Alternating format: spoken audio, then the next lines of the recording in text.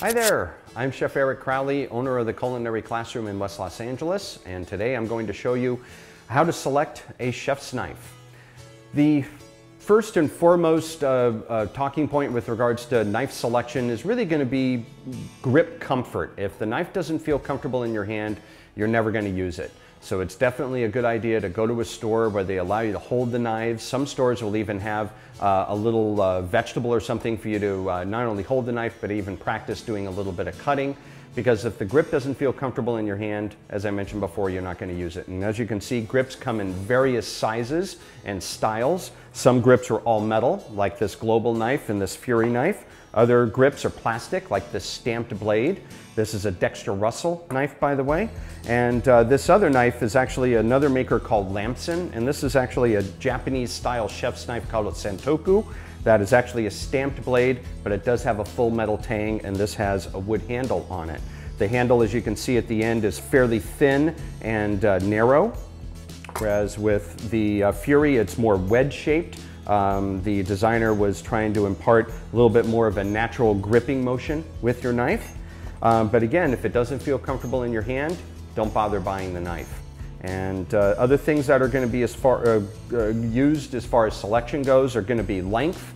Chef's knives come in various lengths. These are all basically 8-inch long chef's knives. You can find 10-inch blades if you like, but I find that they're just way too big to accomplish a lot what I need to do.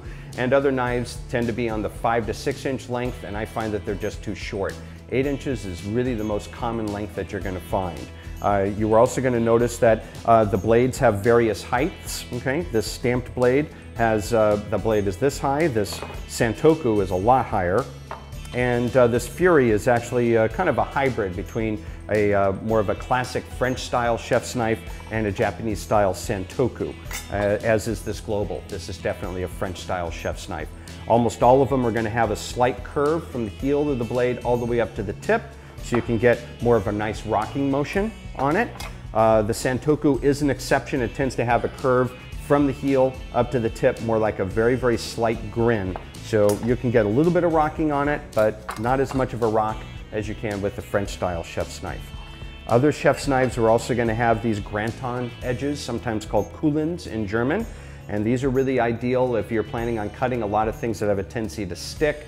Thin slices of smoked salmon, for example. Potatoes with their starch have a tendency to stick, and these little dimples are really designed to help keep things from sticking to the side of the blade.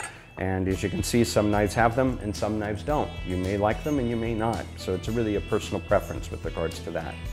And that is my basic talking points with regards to how to pick a chef's knife. Thanks again for watching. Be sure to subscribe so you can get some additional information. If there's a recipe that you would like to see me make, feel free to send an email to requests@mahalo.com. Thanks again, and I'll see you soon.